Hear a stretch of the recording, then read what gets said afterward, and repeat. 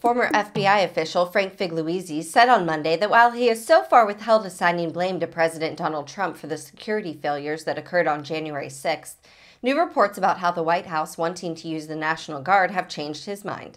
Take a look at the MSNBC discussion. Ultimately did the damage, who stormed the Capitol with the purpose of harming some members of Congress. They were the ones chanting, "Hang Mike Pence," and they were the ones who erected a gallows right outside the Capitol building. Miller's testimony, though, now takes on new importance as it supports or goes in tandem with a stunning message expressed by former Chief of Staff Mark Meadows in an email previously unknown until now.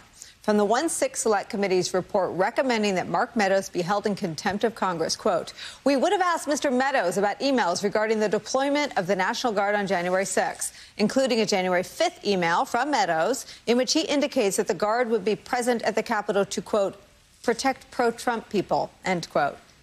It's shocking, at least it should be, that the National Guard was envisioned and allegedly wanted to protect not the Capitol building or the members or Mike Pence, for Christ's sake, not the peaceful transfer of power, not our democracy, but to protect Donald Trump supporters. Politico puts Meadows' email in this context, quote, "It is unclear who Meadows relayed the information to or whether it was the result of any insight provided by the Defense Department, but the exchange is of high interest to the congressional investigators probing whether Trump played a role in the 3-hour delay between the Capitol Police's urgent request for Guard support and their ultimate arrival at the Capitol, which had been overrun by pro-Trump rioters." And it's so staggering. I mean, by January 5th, so Mark Meadows sends this email that the committee says they wanted to ask him about. So they had more questions, as Yamiche is wisely pointing out. These were things they wanted more information about. They had more questions about an email sent on January 5th from Mr. Meadows in which he indicates that the Guard would be present at the Capitol to, quote, protect pro-Trump people. So, you know, Frank, if you go back in time, I mean, by January 5th, there was I mean, Homeland Security officials, I mean, everyone knew who was going to be there, and there wasn't a lot of contemporaneous reporting that there would be counter-protests. All of the reporting was that Donald Trump and his campaign had via text, rally appearances, emails, and other organizing methods imported his people to the Capitol to fight. And Mike Flynn and Rudy Giuliani and all the folks that we talk about all the time dressed in some bulletproof garb. You know, there was so much, in hindsight, awareness of the potential for violence. But what's should never be normal is that on January 5th, the White House Chief of Staff indicated that the Guard would be at the Capitol to, quote, protect pro-Trump people. What about the people who they were attacking? Frank. Is that for me, Nicole? Yes. Yeah. I want to speak from my experience in major event security, from securing a G8 summit during my career to multiple Olympic Games. You can't do both. You can't secure the threat while you're securing the target of that threat. So any notion now that you've played this clip in May, so we heard it in May, now we've been hit over the head with it again with regard to Mark Meadows' communication.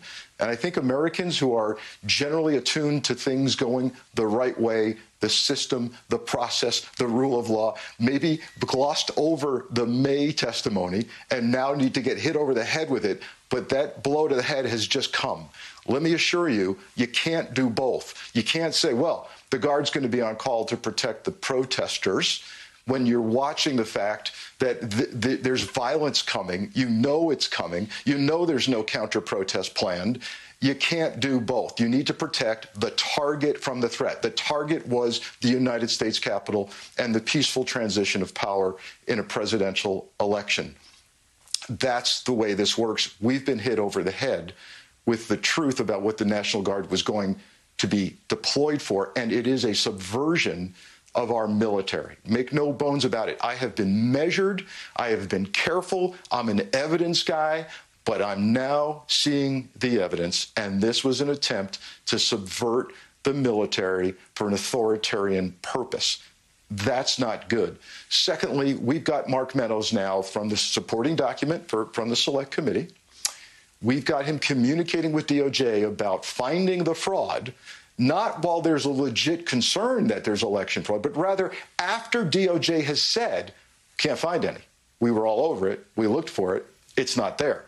After that, he's saying, no, you need to find the fraud. So we've got a guy who now is being placed at the center of not only the big lie, but the violence on January 6th. He is becoming a major player, not a peripheral player.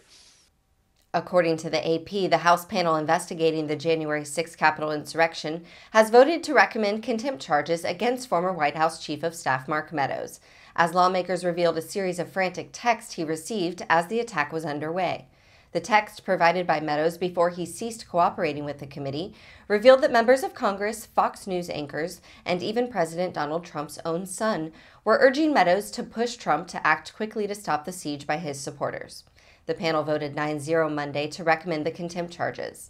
The House is expected to vote Tuesday to refer the charges to the Justice Department, which will decide whether to prosecute the former Republican congressman. Representative Liz Cheney said the texts show Trump's supreme dereliction as he refused to strongly condemn the violence of his supporters and also raised questions about whether he sought to obstruct the congressional certification through inaction. These texts leave no doubt, Cheney said.